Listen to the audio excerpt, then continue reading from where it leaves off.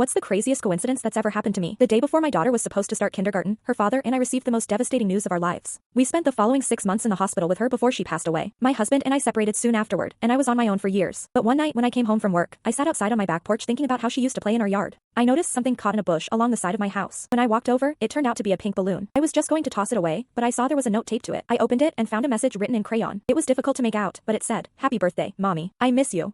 Please send me a sign. Love, Callie." I was confused at first, but then it clicked. This little girl had lost her mother and was sending a message to her. Later that week, I asked around the neighborhood and figured out which house she lived in. I spoke to her dad and told him I had found one of her balloons. He apologized and explained she had been doing that for a while. She was 6 and had lost her mother 2 years earlier. I told him about my daughter and said I would love to write back to her if it might brighten her day. I wrote her a note that said, "Hi, Callie. I found your balloon. I miss you and I'm watching over you every day. Love, Mommy." The next night, he called to say she was thrilled. She released another balloon and he asked if I could respond again. After a week, he asked if I would meet her, and she turned out to be the sweetest child I had ever met. 5 years later, she's now my stepdaughter.